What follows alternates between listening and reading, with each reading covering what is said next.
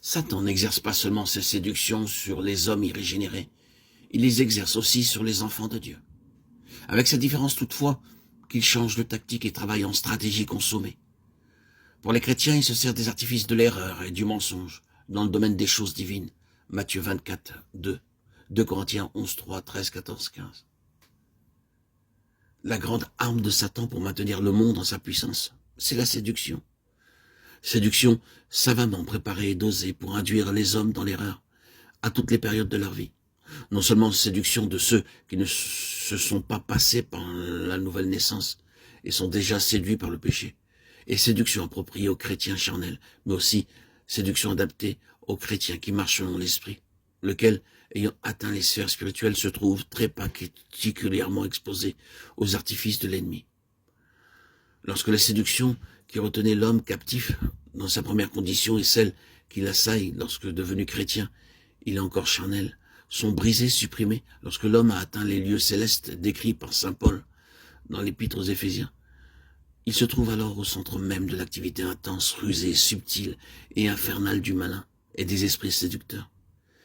Et ceci l'attaque alors avec une persévérance inlassable, parce qu'il est uni au Sauveur, et ressuscité et glorifié.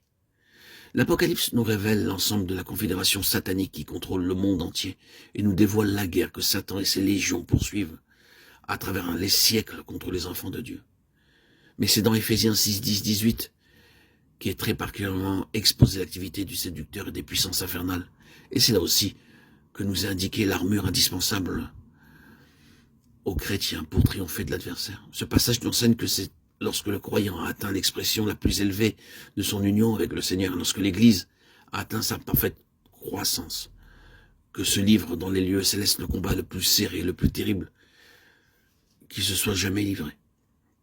À mesure que l'Église de Christ approche du temps de la fin et que la puissance de Saint-Esprit agit en elle, pour l'amener à la perfection et la préparer en vue de l'enlèvement, toutes les forces du séducteur et de ses légions d'esprits menteurs sont mobilisées contre les membres vivants du corps de Christ.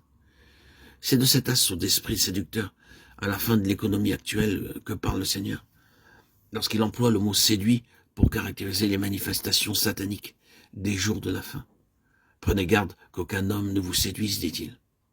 Car plusieurs viendront en mon nom, disant je suis le Christ, et ils séduiront bien des hommes. Matthieu 24, 4, 5. Et plusieurs faux prophètes surgiront qui séduiront un grand nombre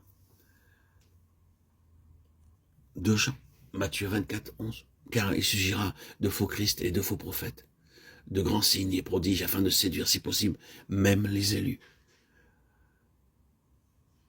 Matthieu 24, 24.